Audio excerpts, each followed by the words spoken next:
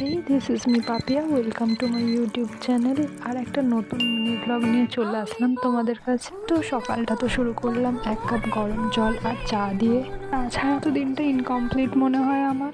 আমি তো এই জবা গাছটা সেই ডিসেম্বরে কিনেছিলাম, এতদিন পর গাছটায় ফুল এসেছে। ফুলটার কালারটা তো আমার এত ভালো লেগেছে, মানে অসম্ভব সুন্দর। তাই আমি একটু ভিডিও বানিয়ে নিলাম। দুপুরবেলা তো মা লাঞ্চে বানিয়েছিল ফ্রাইড রাইস আর আলুর দম। তারপর আমার একটা পার্সেল এসেছিল, সেটাই আমি রিসিভ করতে গেলাম।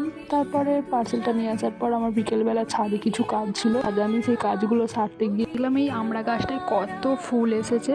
তারপর তো সন্ধ্যে থেকে মোমো বানানোর প্রিপারেশান চলছিল, আর মোমোগুলো খুবই সুন্দর হয়েছিল। আমি তো একটু প্লেটে সাজিয়ে নিয়ে ভাবলাম একটু অ্যাস্থেটিকভাবে ভিডিওস বানাবো, বাট হলো না।